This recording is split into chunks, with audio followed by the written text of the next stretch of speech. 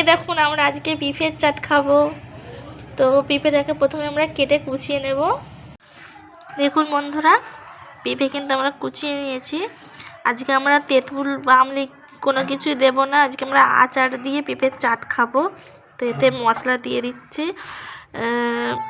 লবণ আছে, ধনে গুঁড়ো, জিরে গুঁড়ো, লঙ্কার গুঁড়ো আছে।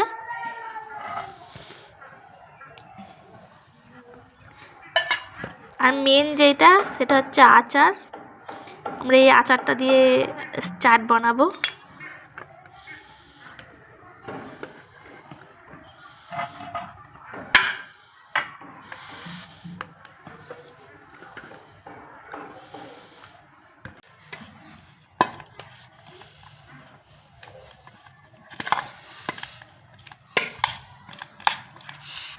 যারা যারা আমাদের মতন চাট বানিয়ে খেয়েছেন এরকমভাবে আমাদেরকে অবশ্যই কমেন্টে জানাবেন, ঠিক আছে?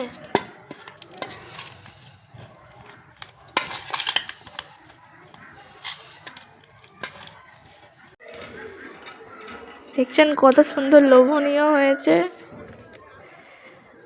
তো ঝটপট চলে আসুন, কে কে খাবেন।